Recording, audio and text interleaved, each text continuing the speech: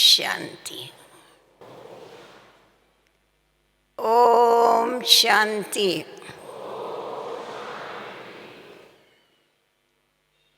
इस पुरुषोत्तम संगम युग पर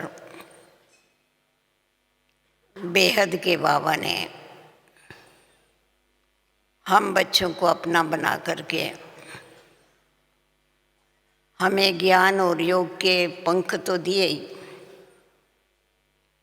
परंतु उसके साथ साथ और भी दो पंख उमंग और उत्साह के दिए। वैसे पंछियों को दो ही पंख होते हैं, पर हम जो बाबा के पंछी हैं हमें चार पंख है, ज्ञान, योग और उमंग उत्साह। क्योंकि मनुष्य जीवन में अगर उमंग उत्साह नहीं है तो वो जीवन नीरस लगती है, फीकी लगती है।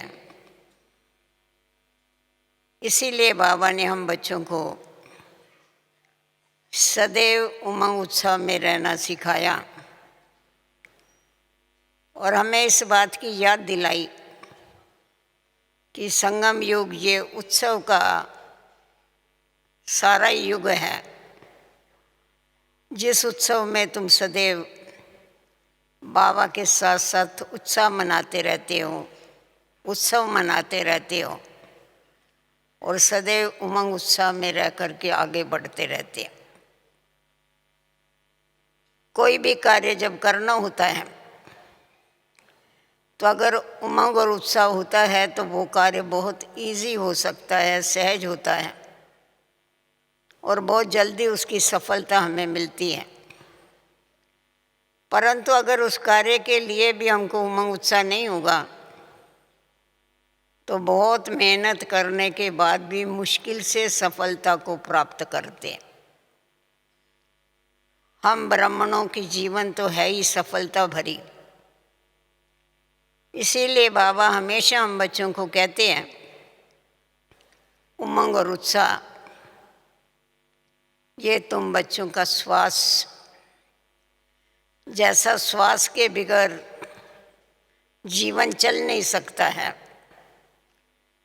वैसा संगम युग पर उमंग और उत्साह के बिगर भी जीवन चल नहीं सकता।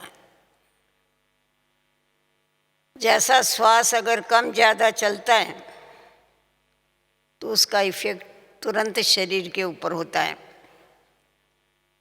वैसा ही हम देखते हैं अगर चलते चलते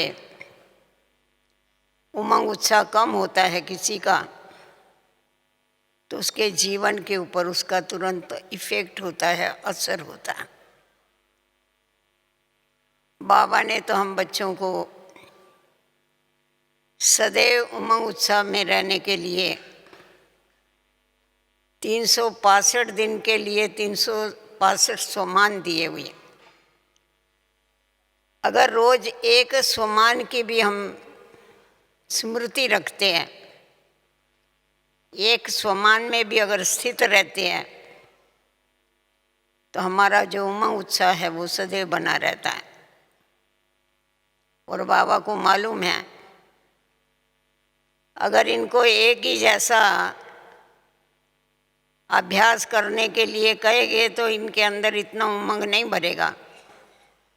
इसीलिए बाबा अलग अलग टाइटल दे के, अलग अलग सम्मान दे करके हम बच्चों को वैरायटी स्वमान में स्थित होने की प्रेरणा देते हैं। और जितना जितना हम उसको प्रैक्टिकल में लाते हैं, स्वमानों को स्मृति में लाते हैं, उस स्मृति के द्वारा हमारे अंदर समृद्धि आती है, शक्ति आती है और शक्ति के आधार पर हम अपने जीवन में विजय प्राप्त करते हैं। विजय प्राप्त करने के बाद और भी हमारा उमंग उत्साह दुगुना हो जाता है और भी ज़्यादा हम उमंग से आगे बढ़ते जाते हैं। आप एक एक अगर सम्मान को याद करो, बाबा ने हमें विश्व कल्याणकारी बनाया है, नूरे रतन बनाया है। बाबा ने हम बच्चों को दिल तख्त पर बिठाया है। आपको इतने अनेक स्वमानों की लिस्ट आपके सामने आ जाएगी।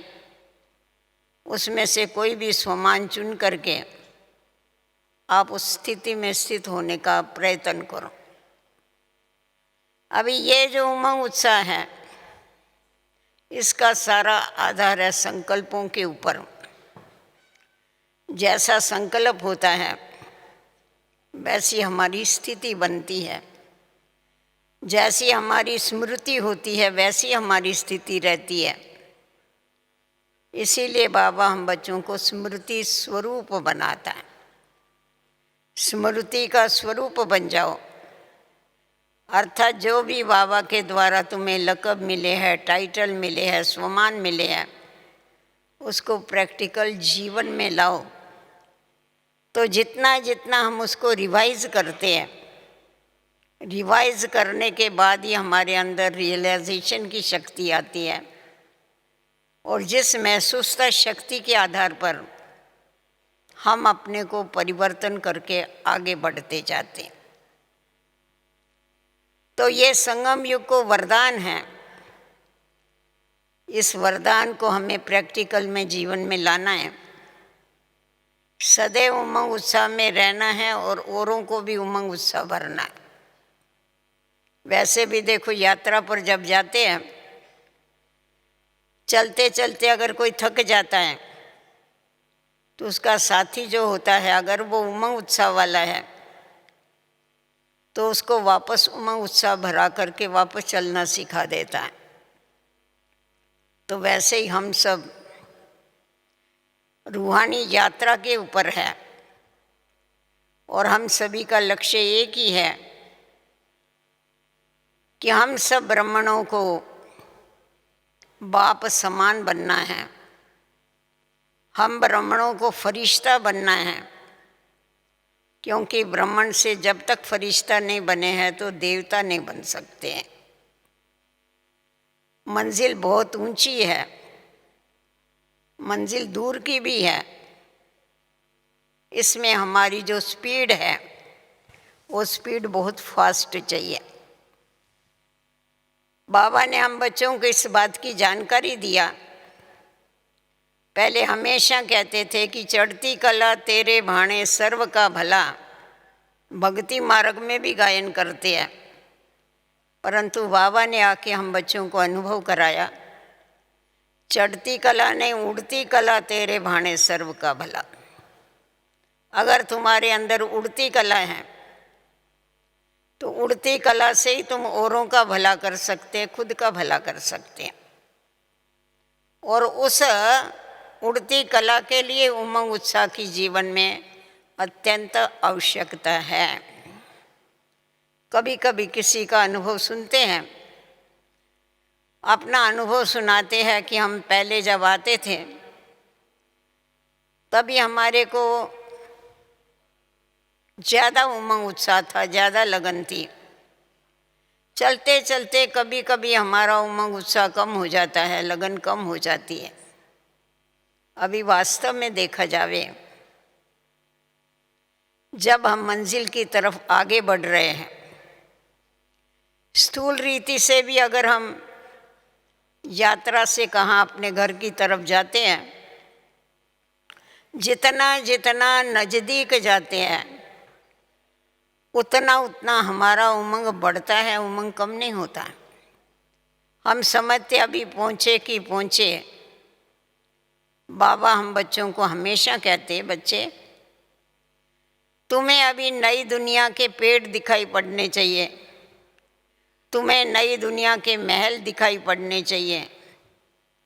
तुम्हारे आँखों के सामने सदैव स्वर्ग, नई दुनिया, तुम्हारा वर्षा घूमना चाहिए।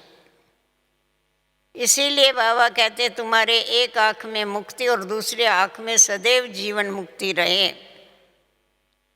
ऐसी जब स्मृति तुम्हें रहेगी तो ये जो पुरानी दुनिया है, इस पुरानी दुनिया को भूलने के लिए तुम्हें कभी भी मेहनत नहीं करनी पड़ेगी। साकार बाबा को हमने देखा, बाबा को कितना नशा रहता था, कि मैं अभी अभी ये शरीर छोड़ूंगा और जाकर के मिचनू बनूं।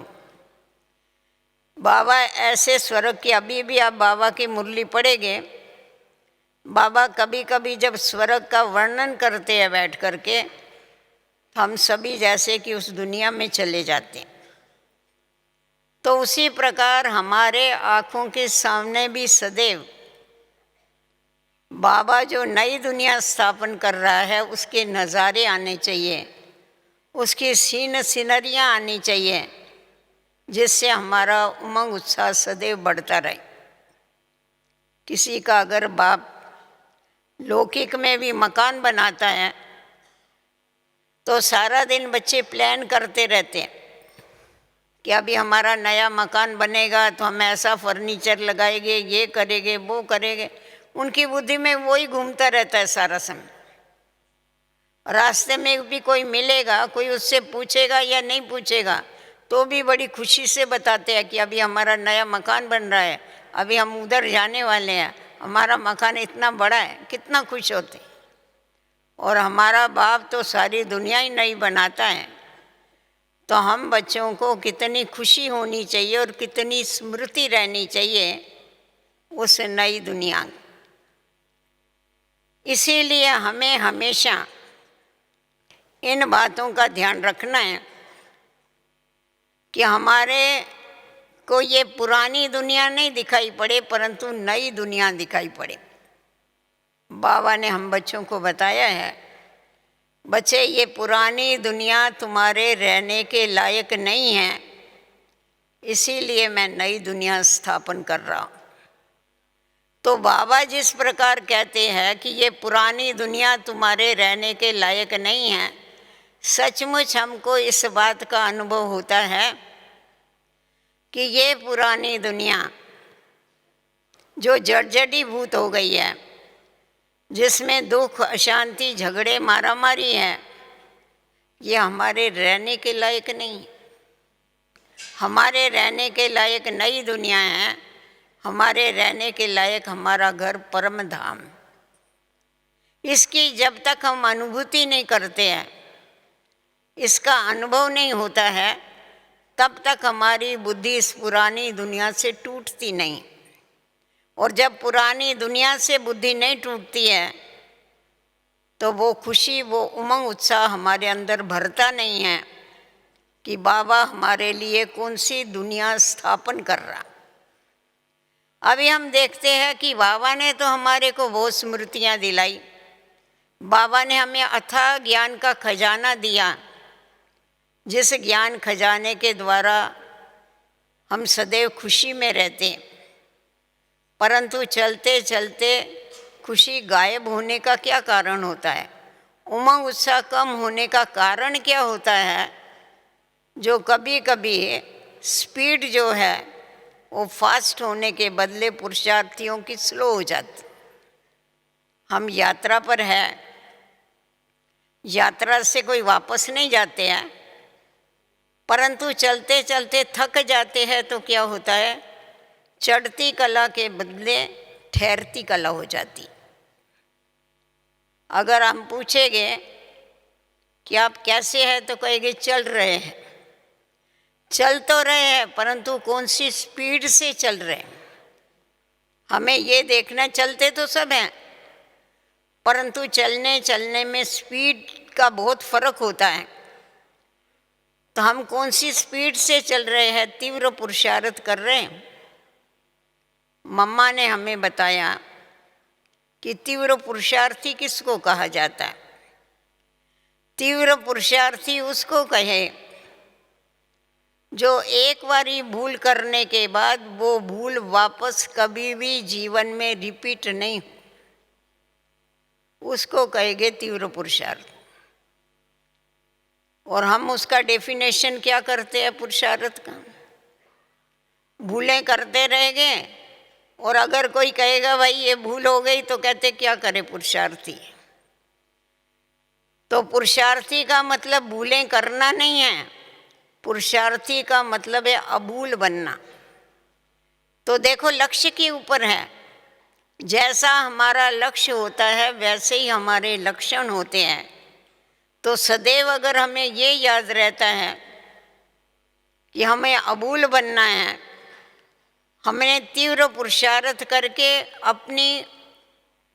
अपना जो लक्ष्य है बाप समान बनने का या कर्मातीत बनने का, उस लक्ष्य तक मुझे पहुंचना है जरूर। अभी चलते चलते रास्ते में बहुत साइड सीन आते, साइड सीन जब भी आते हैं तो स्पीड कमती होने का कारण है। कोई कोई खड़े होकर साइड सीन देखना चालू कर देते हैं। तो यहाँ भी जो भी साइड सीन आते हैं, अर्थात जो परिस्थितियाँ आती है, तो परिस्थितियों को क्रॉस करने के बजाय खड़े होके देखते हैं, सोचते हैं ये ऐसा क्यों हुआ, ऐसा नहीं होना चाहिए था। तो बाबा कहता है बच्चे, अगर तुम क्यों क्या के जंगल में चले जाएंगे तो तुम्हारी स्पीड बढ़ेगी कैसे, तुम आगे कैसा बढ़ेगे, आगे नहीं बढ़ सकेंगे, क्योंकि तुम्हारी बुद्धि में तो वही चक्कर चलता रहेगा। और जितना जितना क्वेश्चन मार्क होता है हमारे पास, हमारी स्पीड उतनी ढीली हो जाती है। इसीलिए जो भी कुछ होता है वो ड्रामा प्लान अनुसार होता है। इस बात को बुद्धि में रख कर के अगर हम चलते हैं, नथिंग न्यू का पाठ अगर हमारे को पक्का है, आज भी बाबा ने कहा ना, अभी जो हुआ वो 5000 बरस के बाद रिपीट होगा। ये ड्रामा हूबहू रिपीट होता रहता है। जो बीत गया वो ड्रामा, अगर इस पॉइंट को पक्का कर लेते हैं तो कभी भी हमारे आगे कोई भी प्रश्न चिन्ह नहीं खड़ा होता। और एक बारी अगर एक संकल्प आया कि ऐसा क्यों हुआ, ये नहीं होना चाहिए, अगर ऐसा संकल्प आया तो उसके पीछे प्रश्नों की झड़ी लग जाती, एक के बाद दूसरा, दूसरे के बाद तीसरा, मेरे साथ ही ऐसा क्यों होता है, ऐसा नहीं होना चाहिए, ये बात मेरे पास ही क्यों आती है, परीक्षाएं मुझे ही क्यों आती है, अरे जब डिग्री मेरे को चाहिए तो परीक्षाएं तो मेरे को ही आएगी ना। और ये हमेशा याद रखो, जिसको ज़्यादा परीक्षाएं देनी पड़ती हैं वो ये समझ लेवे कि मेरा पद बहुत ऊंचा है, इसीलिए मेरे पास बहुत परीक्षाएं आती है, बहुत मेरे पास समस्याएं आती।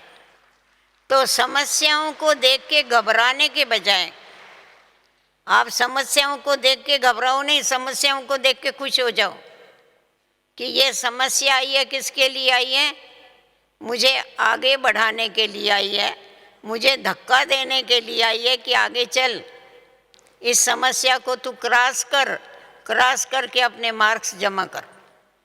तो जब हमारा लक्ष्य इतना ऊंचा होता है कि ये तूफान नहीं है परंतु ये तोहफा मिल रहा है, हमारे को गिफ्ट मिल रही है। कौन सी गिफ्ट मिल रही है? आगे बढ़ने की गिफ्ट मिल रही है। तो जितना जितना हम आगे बढ़ते जाते हैं उतना उतना अनेक प्रकार से माया भी अपना जोर तो जरूर जमाती है, परंतु बाबा ने जैसा बोला ना कि 5 विकारों के ऊपर तुम्हारा विजय, ये 5 विकार भी तुम्हारे लिए डांस करने के लिए क्या हो जाती है, एक स्टेज बन जाती है। जैसा श्री कृष्ण ने बताते सर्प के ऊपर डांस किया, हम लोगों का ही तो यादगार है। तो ये कौन से सर्प है? ये माया रूपी सर्प है, ये विकार रूपी सर्प है, जिसके ऊपर हमारा अधिकार हो जाता है, अर्थात ये ठंडे हो जाते, हम जोर पकड़ लेते हैं। तो इसीलिए कभी भी जो भी कुछ होता है उस समय अगर आपको ड्रामा याद होगा तो कभी भी आपका उमंग कमती नहीं होगा। नहीं तो जब घड़ी घड़ी कोई भी बात आती है ना तो उसको देख करके क्या होता है, उमंग कमती हो जाता है, उत्साह कमती हो जाता है, थकावट आ जाती है। अभी अगर थकावट आएगी तो स्पीड क्या होगी, जरूर कम हो जाएगी, आगे कैसा बढ़ेंगे। तो इसीलिए क्यों क्या के प्रश्न में जाने के बजाय सदैव फुल स्टॉप लगाना सीख जाओ। बाबा ने हम बच्चों को बताया सिर्फ 3 बिंदियां लगाओ सवेरे उठ। वो कौन सी 3 बिंदियां? आप, बाप और ड्रामा। तो आप अगर ये 3 बिंदियां लगाएंगे, अर्थात सदा स्व के स्वमान में रहेंगे, बाबा की याद में रहेंगे, और ड्रामा अगर हमको सदैव पक्का रहेगा, तो कभी भी हमारा उमंग उत्साह कम नहीं हो सकता है। सदैव हमारे मुख से क्या निकलेगा? वाह ड्रामा वाह। हाय ड्रामा हाय नहीं। पहले हम लोग हाय हाय करते थे, कोई भी बात होती थी, हाय मेरा नसीब खराब है। अभी कोई कहेगा मेरा नसीब खराब? हमारे जैसा नसीबवान, हमारे जैसा बख्तावर इस दुनिया में दूसरा कोई नहीं है। नशा चढ़ता है नहीं चढ़ता है आप? फिर तो जब इतना हम बाबा ने हम बच्चों को आके पदम भाग्यशाली बनाया। किसी को सपन में भी था कि भगवान हमको घर बैठे मिल जाएगा, भगवान हमको अपना बनाएगा। अरे भक्ति मार्ग में तो हमने भगवान को क्या कहा था? आप ऐसी ऐसी बातें याद करो, आपको नशा चढ़ेगा, आपका उमंग उत्साह बढ़ेगा। भक्ति मार्ग में हम कहते थे हमको नौकर रखो जी, नौकर नहीं तो चाकर, चाकर माना नौकर का भी नौकर, वो भी नहीं रख सकता है तो उसका भी नौकर, चूकर रखो जी। बाबा ने हमको नौकर चाकर चूकर नहीं रखा, क्या किया? अपना सिरमौर बना दिया, अपना नूरे रतन बना दिया। बाबा ने हमें अपने कंधे के ऊपर चढ़ा दिया। बाबा ने आके हमें अपनी स्मृति दिलाई कि तुम्हारा स्थान कौन सा है। स्थान हमारा इस समय पर बाबा ने देखो चारों स्थान हमको बताए। परम धाम में भी तुम्हारा बाबा के साथ साथ नज़दीक स्थान है। आप निराकारी झाड़ देखो, उसमें शिव बाबा के नज़दीक कौन है? आदि सनातन देवी देवता धर्म की आत्मा है। फिर स्वर्ग में आओ, राजाई करने के लिए हम किसके साथ है? श्री कृष्ण के साथ, फर्स्ट नंबर की आत्मा के साथ। द्वापर से लेके देखो हमारी जो पूजा होती है वो किसी की होती है? कितनी विधि पूर्वक पूजा करते, हर कर्म की पूजा है। देवी देवताओं के हर कर्म की पूजा है। अभी देवी देवताओं को भोग लग रहा है, अभी देवताएं विश्राम कर रहे हैं, अभी देवताओं का श्रृंगार हो रहा है, हर कर्म की पूजा है। ऐसी किसी की भी पूजा नहीं होती। और संगम युग पर देखो स्वयं भगवान हमको बैठ के रोज परम धाम से आके पढ़ाता है। क्या नसीब है, हाँ? रोज परम धाम से आके भगवान हमको पढ़ावे। आज किसी का टीचर अगर दूसरे दूर से कहाँ शहर से आता है, स्टूडेंट को कितना नशा रहता है, अरे हमारा टीचर है ना बहुत दूर से आता है, दूसरे गांव से रोज पढ़ाने के लिए आता है, और हमारा सुप्रीम टीचर तो दूसरे लोक से आता है यहाँ पर हमको पढ़ाने के लिए।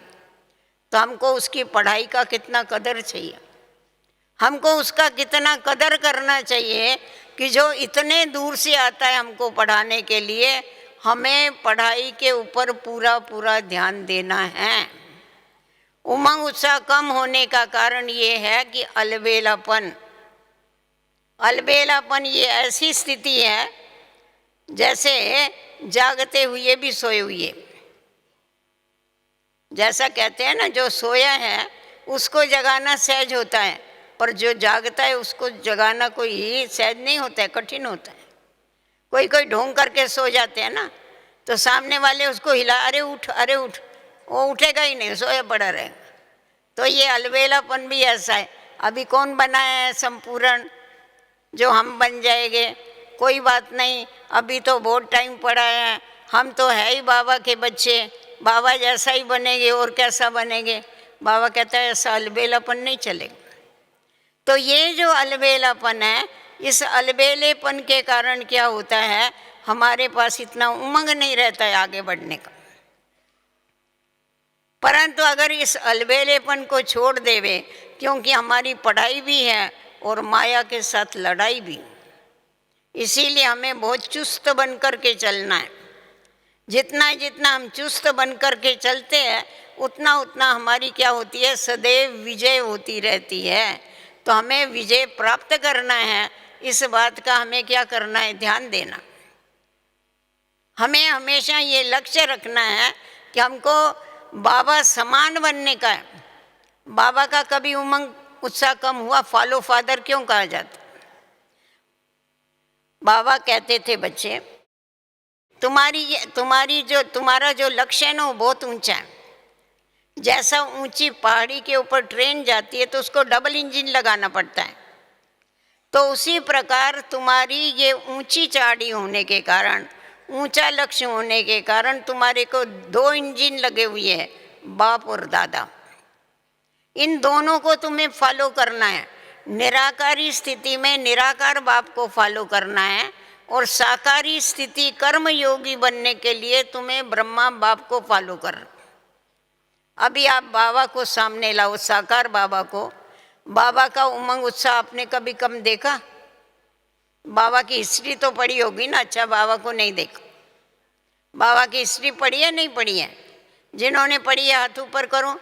किताब है अपने पास, नहीं पढ़ी होगी तो जरूर पढ़ना। देखो बाबा ने कितनी बड़ी बड़ी परीक्षाएं दी, और बाबा को कितना अपोजिशन हुआ। उस समय तो अकेला बाबा था, अकेला बाबा था, और इतना सारे विरुद्ध हो गए, सारा सिंध विरुद्ध हो गया, हैदराबाद वाले विरुद्ध हो गए, सारे विश्व के पेपरों में क्या क्या आता था, अमेरिका के पेपरों में कितना उल्टा सुल्टा आता था। परंतु बाबा की खुशी कब कम नहीं हुई, बाबा का उमंग उत्साह कम नहीं हुआ। बाबा का उमंग उत्साह तो बढ़ता ही गया। ये सिंध वाले घमसान कर कर के कभी थक जाते थे, क्योंकि इन्होंने कोई कम नहीं किया। पिकेटिंग किया, लाखा भवन को आग लगा दिया, बहुत कुछ किया, परंतु कभी थक जाते। घमसान करने वाले भी तो थक जाएंगे ना, तो चुप हो जाते थे, कुछ नहीं करते थे। बाबा कहता था आजकल इनको क्या हो गया, कुछ करते नहीं, क्या बात। अभी आप देखो, ऐसी स्थिति में बाबा ने मनोरंजन किया। कितना बड़ा प्रॉब्लम, आके कोई पिकेटिंग के लिए सामने बैठ जावे, बंगले को आग लगा देवे, बाबा मस्त। क्या हो गया, कुछ करते नहीं है ये लोग। और आज अगर खुद को चेक करो कि थोड़ी सी बात हो जाती है, उसको कितना बड़ा करके रखते। परिस्थिति को बड़ा करना भी अपने हाथ में है, और उसको छोटा करना भी अपने हाथ में। कोई भी बात है, अगर बात आती है, आप उसको निगलेक्ट कर डालो, छोड़ दो, आप ही ठीक हो जाएंगे। हम क्या करते, उसको रबड़ माफक खींचते रहते, ऐसा हो गया, फिर ऐसा हो गया, फिर ऐसा। हमारे संकल्प जो है ना, व्यर्थ संकल्प जो है, वो हमारे उमंग उत्साह को खलास करते, हमारी शक्ति को नष्ट करते हैं। सोच सोच के छोटी बात को बड़ा कर देते हैं। परंतु अगर आपको सोचना छोड़ देंगे कि जो होता है वो बहुत कल्याणकारी है, हमारा कभी भी नुकसान नहीं हो सकता है, ये याद रखो। क्यों नहीं हो सकता है? क्योंकि हम कल्याणकारी बाप के बच्चे हैं। संगम युग कल्याणकारी है और हम विश्व कल्याणकारी। हमारा कौन नुकसान कर सकता है? आप इस नशे में रहो, कभी आपका नुकसान नहीं होगा। कुछ भी हो जाएगा तो आपको ऐसा लगेगा नुकसान हो रहा है, परंतु थोड़े समय के बाद आप देखेंगे तो उससे फायदा ही फायदा। ब्रिजेंद्र दादी बताती थी, शुरू में देखो है, देखने में नुकसान होगा पर रिजल्ट कितनी अच्छी निकलती। कराची में जब भी शिफ्ट किया हैदराबाद से यज्ञ को, तो सब अलग अलग थे। बाबा भवन अलग था, मम्मा भवन अलग था, इनका भाइयों का गोप भवन अलग था। तो रोज ब्रिजेंद्रा दादी वहाँ की माताओं को, जो माताएं थी, उनको बाबा की मुरली में लेके जा, सवेरे क्लास में लेके जाती थी। बस चलाती थी ये ब्रिजेंद्रा दादी, बस चलाती थी। उस जमाने में बस चला था, उसको कार का लाइसेंस, और चलाती थी बस। तो बस चला करके वो लेके जाती थी। तो एक दिन क्या हुआ, ठंडी के दिन थे, वो स्लोप के ऊपर था, बस स्लोप के ऊपर थी, नीचे उतर रही थी। तो स्लोप के ऊपर तो फास्ट उतरती है ना बस, तो इसने बस को ब्रेक लगा दिया। अचानक ब्रेक लगा दिया तो बस उल्टी हो गई। तो जितनी भी बहनें थी 50-60 जो बहनें थी सब की सब गिर गई, सारी बस ही उल्टी हो गई। तो सवेरे सवेरे तो उधर कोई नहीं था, देखो कैसा दृश्य कैसा है, सवेरे सवेरे उधर कोई नहीं था। फिर उधर कोई वो ब्रेड बेचने वाले, दूध देने वाले, वो लोग जाते हैं ना साइकिलों पर, वो लोग थे, सब भाग भाग के आए। फिर इधर उधर से लोगों को बुलाया, तो कितनी बहनें तो बस के नीचे आ गई थी, वो उन्होंने उठाया। उसमें से एक बहन का तो हाथ ये हो गया, काटना पड़ा, इतनी तकलीफ हो गई उसको। परंतु उस समय ये सभी जो भी बहनें थी, इतना इन लोगों को सब, मम्मा भी थी उसमें। मम्मा तो ऊपर का जो दरवाज़ा होता है वहाँ, मम्मा आगे की सीट पर ब्रिजेंद्र दादी के बाजू में बैठी, तो ऊपर का वो कांच निकल गया और मम्मा उसमें से उड़ करके बाहर दूसरी जगह जाके गिर गए। ये भी गिर गई, ऐसा हूँ। तो किसको थोड़ी चोट आई, किसको ज़्यादा चोट आई। उसी समय हो हल्ला हो गया चारों तरफ, बस गिर गई, बस गिर गई। और फिर एम्बुलेंस आ गई, पुलिस वाले आ गए, सब फिर लेके गए हॉस्पिटल। हॉस्पिटल में इमरजेंसी बेल बजाई। और ये जो भी थी सब बहनें ही बहनें थी। तो ये जो भी थी सब ओम की धुनी लगा रही थी। कोई आए नहीं, वो नहीं, कुछ चू नहीं, कुछ भी नहीं। और एक राधे बहन थी, उसका हाथ उसके नीचे आ गया, बेंगलोर में रहती थी वो, उसका हाथ इसके नीचे आ गया, बस के नीचे आ गया। तो कुछ भी नहीं, ऐसी पड़ी है, बस उसके ऊपर गिरी पड़ी है। तो फिर किसने देखा, बोला तुम चिल्लाओ तो सही ना, तो तुम्हारे को निकाले। तो बोला अभी सब बिजी थे तो मैंने बोला नहीं, आप निकाला तो उसका तो हाथ तो लेट हो गया था, फिर उसको दूसरा हाथ लगाना पड़ा, मतलब ये आर्टिफिशियल। तो फिर उस समय चारों तरफ इनको सबको हॉस्पिटल में लेके गए। हॉस्पिटल में लेके गए तो वहाँ भी ये तो सब खुश थी, सब ओम की धुनी लगा रही थी। तो डॉक्टरों ने इमरजेंसी में ऐसा सिलाई करना चालू किया, कोई इंजेक्शन नहीं, ये नहीं, वो नहीं, सबको बेल बजाई, इमरजेंसी बेल बजाई। इधर उधर से डॉक्टर नर्सेस सब आ गए, क्योंकि इतने पेशेंट थे ना, तो सबको उन्होंने ट्रीटमेंट देना चालू कर दी। तभी हुआ तो ऐसा हादसा हुआ। परंतु उसी समय चारों तरफ पेपरों में, फॉरेन तक चारों तरफ पेपरों में बहुत बड़े अक्षरों में अपना नाम छप गया कि एक लेडी, फर्स्ट लेडी थी जिसने बस चलाई वर्ल्ड में। ये बस फर्स्ट लेडी है जिसने इतनी बड़ी बस चलाई, और उसका एक्सीडेंट हो गया, ब्रैकेट में लिखा एक्सीडेंट। तो जब ये लोग ओम की धुनी लगा रहे थे और सबके चेहरे ऐसे थे, तो लोगों को जब मालूम पड़ा कि इनका एक्सीडेंट हुआ है, तो लोग हॉस्पिटल में देखने को आए इन लोगों को। पर इन लोगों को देख करके इतना देखा, इतना इनको तकलीफ है, इतना लगा है, ब्लड बह रहा है, और ये खुश है सब के सब, कोई रो नहीं रहे, कोई चिल्ला नहीं रहे कुछ। तब से लेके अपना नाम बाला हुआ, जो नाम पहले बदनाम था ना, तब से लेके नाम बाला हो गया कि इस ओम मंडली में कोई शक्ति है, जिस शक्ति के कारण ये लोग इतना आगे बढ़े। फिर दूसरे दिन फिर ब्रिजेंद्र दादी ने बताया, क्योंकि केस तो चला, और इनसे सारा पूछा कैसा क्या बस गिरी, क्या हुआ। फिर इसको बुलाया, कोर्ट में बुलाया तो ये बाबा से छुट्टी लेकर के गई।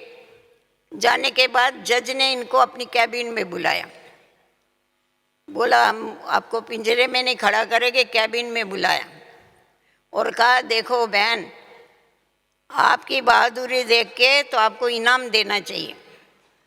ऐसा आपने पहली बार ये हिम्मत किया और इतना बड़ा काम किया, इतनी बड़ी बस चलाई बैठ करके, परंतु आपकी एक भूल हो गई, आपका लाइसेंस कार का था और आपने बस चलाई, उसके कारण आपको दंड भरना पड़ेगा। तो दंड शायद 1 रुपये दंड भरना पड़ा, 1 रुपये। तो ये बड़ी खुश हो गई कि दंड तो ज़्यादा पड़ा नहीं। तो ये बाबा के पास जब आई, खुशी खुशी से आई, बाबा को बोला देखो बाबा, मैं आ गई। बाबा ने कहा तू जीत के आई या हार के आई? तो बोला बाबा कुछ नहीं, उसने जज ने मेरे को बुलाया, ऐसा ऐसा कहा और बोला तुम लोगों में इतनी शक्ति है वगैरह। उसने बहुत महिमा किया जज ने, और आप लोगों को तो आपको इनाम देना चाहिए, परंतु क्या करें, हमारे भी कानून से हाथ बांधे हुए हैं। कोई गुनाह करेगा तो हमारे को तो दंड देना पड़ता है उसको, इसीलिए आपको 1 रुपया भरना है। बाबा ने सुना, बाबा ने कहा शेम, अरे तुम सर्वशक्तिवान का बच्चा होके तुम्हारे को दंड पड़ा। ये खुश हो गई थी, इसने समझा 1 रुपया दंड पड़ा तो कुछ नहीं हुआ।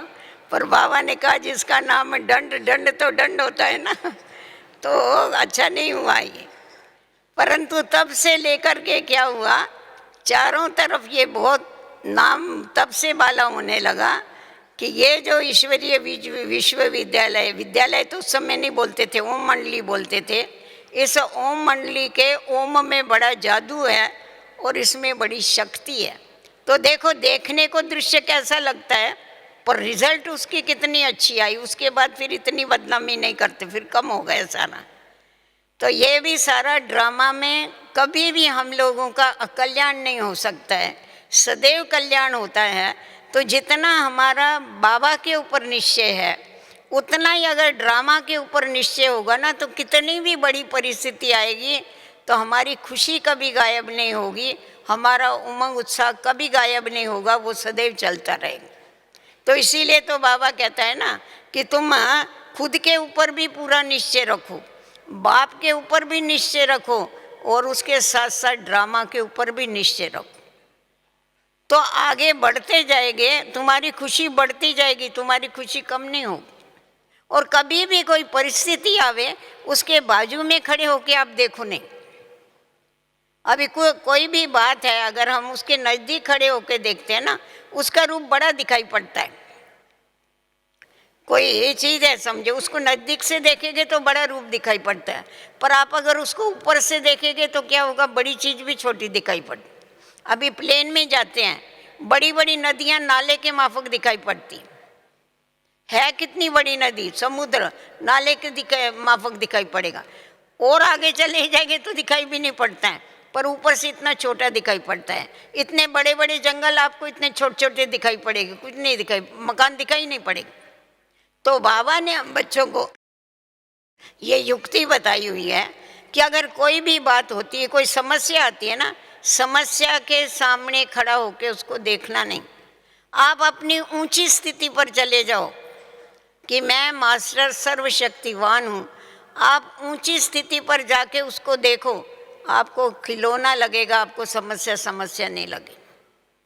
तो बाबा ने हम बच्चों को ये जो युक्तियाँ बताई है, इन युक्तियों को हमको इस्तेमाल करना है। तो जितना जितना हमारी बुद्धि में ज्ञान की युक्तियाँ हमारे बुद्धि में जितनी होगी ना, उतना क्या होगा, उसको हम जितना जितना इस्तेमाल करते जाएंगे, उतना उतना हमारे जीवन में सफलता और खुशी बढ़ती जाएगी, उतना उतना हमारा उमंग उत्साह बढ़ता जाएगा। नहीं तो हम क्या करते, एक कान से सुन लेते, दूसरे कान से छोड़ देते। नहीं, ऐसा नहीं करो। इसलिए बाबा कहता है कि जैसा देखो जानवरों में भी अक्ल होता है, 1 घंटा घास खाएंगे, सारा दिन गाय देखो रवंथ करती रहती, तो वैसा तुम 1 घंटा भले पढ़ो या सुनो मुरली को, पर सारा समय उसको क्या करो, विचार सागर मंथन करते रहो। कोई एक बात लेके, ज़्यादा नहीं, किसी भी एक बात के ऊपर ही सारा दिन अगर तुम सोचते रहेंगे तो क्या हो जाएगा, सोच सोच के उसको प्रैक्टिकल में ला सकेंगे, उसका निचोड़ तुम्हारे अंदर आ जाएगा। तो बाबा ने हमको आगे बढ़ने के लिए, हमारा उमंग उत्साह सदैव कायम रहे, उसके लिए हमें अनेक युक्तियाँ बताई हुई है, रास्ते बताए हुए है, सिर्फ उसको इस्तेमाल करना है, उसको याद रखना। जैसे डॉक्टर लोग हैं, वकील लोग हैं, कितनी दवाइयाँ, कितनी पॉइंट्स वो लोग याद करके रखते हैं। उसके लिए थोड़ी स्टडी करने की आवश्यकता है, मनन करने की आवश्यकता है, उसके लिए अध्ययन की आवश्यकता है। अध्ययन करके जितना जितना हम उसका मनन चिंतन करते हैं, उतनी हमारी स्थिति जो है वो क्या हो जाती है, मगन हो जाती है। ईश्वरीय याद में जितना जितना मगन रहेंगे तो समय के ऊपर जैसा समय होगा वैसी हमारे को उस समय पर बाबा के द्वारा प्रेरणा मिलती है, और जिस प्रेरणा से हम क्या करते हैं, आगे बढ़ते जाते हैं। नहीं तो क्या होता है, थोड़ी भी बात होती है, बाबा कहते थे छुई मुई जैसी अवस्था नहीं होनी चाहिए। कभी देखेंगे तो बड़े उमंग उत्साह में आएंगे, कभी देखेंगे एकदम ड्राउ हो जाएंगे, जैसा हथियारी फेंक देते हैं, ऐसा नहीं करो। जैसा नहीं हो, लज्जावंती का पेड़ होता है, हाथ लगाओ ऐसा हो जाएगा, हाथ दूर करो खुल जाएगा, ऐसी स्थिति नहीं होनी चाहिए। आप अपनी स्थिति को हमेशा एक रस बनाने के लिए, हमेशा उमंग उत्साह में रहने के लिए क्या करो, बाबा ने जो सिखाया है उसको अपनी बुद्धि में रख के उसका मनन करते रहो, उसके ऊपर विचार करते रहो, उसको इस्तेमाल करते रहो, तो ये खजाना तुम्हारा बढ़ता जाएगा। और जितना जितना खजाना बढ़ेगा उतनी उतनी तुम्हारी खुशी और उमंग उत्साह भी बढ़ेगा। और परिस्थिति है क्या, दो बातें हैं देखो, एक है परिस्थिति, दूसरी है स्वस्थिति।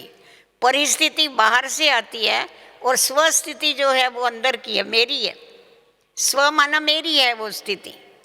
तो हम लोग क्या करते हैं, स्वस्थिति के लिए जो शक्तियाँ देनी चाहिए, स्वस्थिति के लिए जो समय देना चाहिए, वो परिस्थिति में उलझ करके वो समय और शक्ति उसमें लगा देते हैं, जिसके कारण स्वस्थिति क्या हो जाती है, वो कमज़ोर हो जाती। नहीं तो परिस्थिति का आने का रास्ता अलग है, बाहर का है, और स्वस्थिति का आने का रास्ता अलग है, अंदर का है। इनका आपस में उलझने की बात नहीं, पर हम उलझा देते हैं, उसको आपस में लड़ा देते हैं, जिसके कारण क्या होता है, हमारी शक्तियाँ लीक हो जाती। तो इसीलिए हमारे को हमेशा व्यर्थ संकल्पों से अपने को बचना है। निगेटिव कभी सोचो नहीं, व्यर्थ सोचो नहीं, पराई बातों को सोचो नहीं, पुरानी बातों को सोचो। ना पराई बातों को सोचना है, ना पुरानी बातों को सोचना। इधर उधर देखेंगे, देखो बाबा कहता है तुम्हारा ये घोड़ रेस है, ह्यूमन ना, जैसा घोड़े भागते वैसा तुम भाग रहे, तुम्हारी रेस चल रही है। रेस के समय तो हमेशा लक्ष्य की तरफ ध्यान होता है, मेरे को वहाँ जल्दी से जल्दी पहुँचना है, समय के पहले पहुँचना है, इधर उधर नहीं देखेंगे। तो वैसा इधर उधर नहीं देखो, पराई बातों को देखो नहीं। सदैव क्या करो, स्वचिंतन करो, स्व का दर्शन करो। स्वदर्शन चक्र क्या है, खुद की स्थिति को चेक करते रहो और आगे बढ़ते रहो। अगर इधर उधर देखेंगे तुम्हारी स्पीड कमती हो जाएगी, स्पीड कमती हो जाएगी, लक्ष्य दूर दिखाई पड़ेगा, लक्ष्य दूर दिखाई पड़ेगा, उससे क्या हो जाएगी, नाउम्मीद हो जाएगी, पता नहीं हम समय के पहले पहुंच सकते हैं या नहीं पहुंच सकते। तो लक्ष्य को दूर नहीं करो, लक्ष्य को सामने रखो। इसीलिए जो बीत गया उस पुरानी बातों को कभी भी सोचो मत, उसको फुल स्टॉप लगा दो। आज भी बाबा ने कहा ड्रामा क्या, जो हो गया वो ड्रामा। वर्तमान समय में जीना सीख जाओ। मुझे मेरा वर्तमान उज्जवल बनाना है। अगर वर्तमान उज्जवल होगा तो मेरा भविष्य आप ही उज्जवल हो जाएगा। क्या हो गया उसके लिए नहीं सोचना है, क्या करना है ये सोचो। तो सोच के ऊपर ही सारा खेल होता है, संकल्पों का ही तो खेल है। शास्त्रों में बताते हैं ब्रह्मा को संकल्प उठा, क्या संकल्प उठा, नई दुनिया बनाऊं, बना दिया उसे। अगर एक ब्रह्मा ने संकल्प करके नई दुनिया बना दिया, इतने ब्राह्मण अगर संकल्प करते हैं कि हमको जल्दी से जल्दी अपनी उस स्टेज को, संपूर्णता को प्राप्त करना है, तो क्या नहीं हो सकता है, पॉसिबल नहीं है कि सिर्फ संकल्पों के ऊपर ध्यान देने की आवश्यकता है। उसमें हमारी शक्तियाँ लीक हो जाती है, व्यर्थ संकल्पों में हमारा समय वेस्ट हो जाता है, हमारा श्वास वेस्ट हो जाता है, जो हमारा इस समय सबसे बड़ी प्रॉपर्टी। तो जब वेस्ट हो जाता है तो आत्माएं कमज़ोर हो जाती है। मुझे तो शक्तिशाली आत्मा बनना है, तभी तो हम समय के ऊपर अपने स्थान तक पहुंच सकेंगे, लक्ष्य तक पहुंच सकेंगे। तो अपने ऊपर अटेंशन देने की आवश्यकता। और हम तो इस दुनिया में क्या है, एक बात याद रख लो, एक तो खुद को हमेशा इस सृष्टि के ऊपर गेस्ट हाउस, हम गेस्ट हाउस में हैं। ये सृष्टि हमारे रहने के लायक नहीं, ये मुसाफिर खाना है, गेस्ट हाउस। गेस्ट हाउस जो होता है उसमें परमानेंट नहीं रह जाता है, टेम्पररी होता है। कभी भी किसी की टिकट कट जावे, कुछ बोल सकते हैं क्या? कभी भी जाना पड़े। और दूसरा, माया को हमेशा गेट आउट करो, उसको आने ही नहीं दो। बाबा कहता है बच्चे उसको डबल लॉक लगा दो तुम। डबल लॉक कौन सा है? वो है योग और सेवा। बाबा की याद में रहो और सेवा करते रहो। मन को उसमें बिजी करके रखो बाबा के साथ, और तन को सेवा में बिजी करके रखो। तो जितना जितना तुम डबल लॉक लगाएंगे ना, माया कभी तुम्हारे पास आएगी नहीं, तुमको हैरान नहीं करेगी, तंग नहीं करेगी, तुम्हारा उमंग कमती नहीं करेगी, तुम्हारा उमंग बढ़ता जाएगा। परंतु वो दरवाजे खोल के रखेंगे तो क्या होगा? जरूर आएगी ना। मैं और मेरा ये है दरवाजा खोलना, और सेवा और योग ये है दरवाजे को बंद करना, डबल लॉक लगाना। तो इसीलिए मैं को लाना ही नहीं, जिससे माया आकर के तुमको तंग करे, माया तुम्हारी खुशी को गायब करे, तुम्हारे उमंग उत्साह को गायब करे। वो उसको चांस ही नहीं देना माया को कभी। तो ये हमारे ऊपर है, सिर्फ हमको थोड़ा अपनी दिनचर्या की तरफ ध्यान देने की आवश्यकता है। जितना जितना हम अपनी दिनचर्या की तरफ ध्यान देते हैं और ये ख्याल में रखते हैं कि मुझे सफल करना है और सफलता प्राप्त करनी है, इस लक्ष्य से आगे बढ़ते जाएंगे तो हमारा जो लक्ष्य है उसको पकड़ने में हमारे को कभी भी टाइम नहीं लगेगा। हम जल्दी से जल्दी अपने लक्ष्य तक पहुंच जाएंगे और बाप समान बन करके नई दुनिया में बाप के साथ साथ चलेंगे। बाबा कहता है ना, मैं तुम बच्चों के बिगैर स्वर्ग का द्वार खोलने वाला नहीं हूँ, तुम्हारे द्वारा ही खुलेगा। बाप थोड़ा ही आएगा वहाँ पर तो फर्स्ट नंबर की आत्मा आएगी, उसके साथ साथ हम जाएंगे, ब्रह्मा बाप के साथ साथ जाएंगे। तो इसीलिए उस जैसा बनेंगे तभी जाएंगे ना, ऐसा कैसा जाएंगे बताओ? साथी तो हमेशा समान होते हैं ना। साथी हमेशा जब भी जोड़ी हुई लगाई जाती है तो देखा जाता है दोनों एक जैसे हैं। ऐसा थोड़े एक एकदम ऊंचा हो और एकदम ठिंगना हो, ऐसा भी नहीं चलेंगे। तो इसीलिए हमारे को बाप समान बनना ही है, अपने लक्ष्य तक पहुंचना ही है और ब्रह्मा बाप को फॉलो करते हुए आगे बढ़ते जाना है। ओम शांति।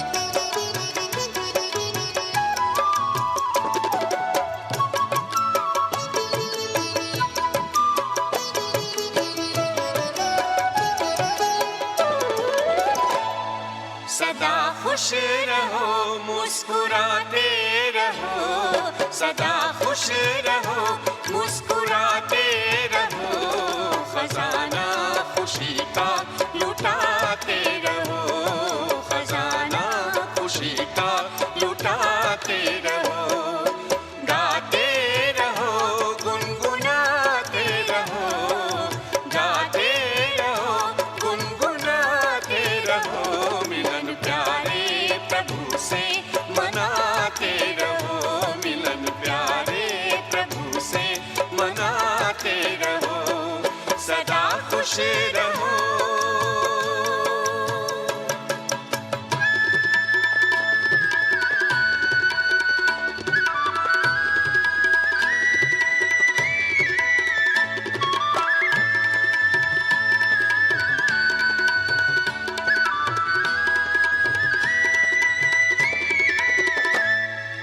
अच्छा हुआ जो हुआ, क्यों डरे, अच्छा ही होगा, फिक्र क्यों करें।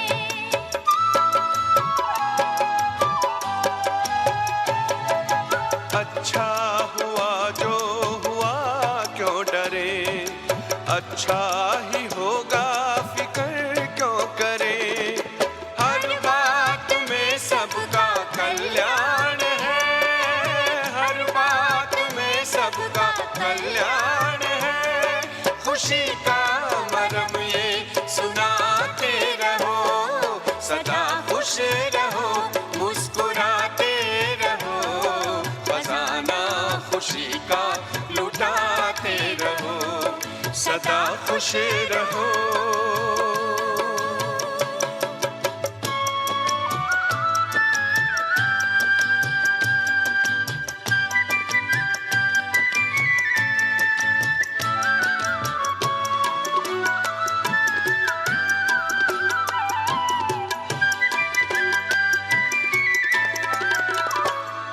चलो कुछ कहा किसने क्या हो गया, खुशी खो गई मानो सब खो गया।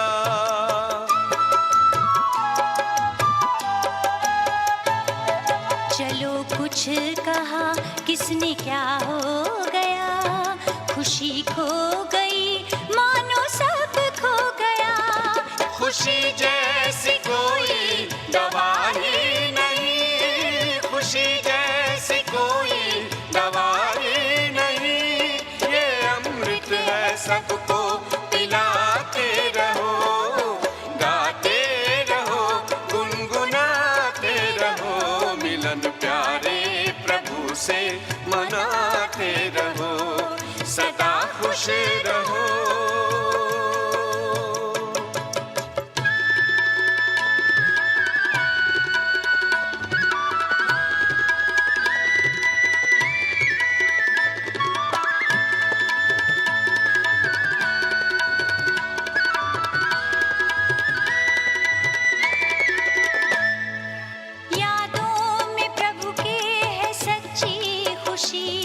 ये सेवा बड़ी है दुआ भरी।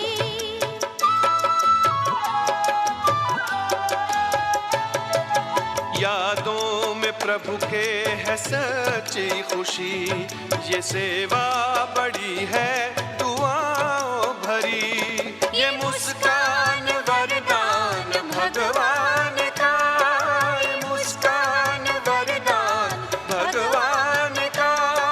नाचो खुशी में नचाते रहो, सदा खुश रहो मुस्कुराते रहो, खजाना खुशी का लुटाते रहो, गाते रहो गुनगुनाते रहो, मिलन प्यारे प्रभु से मना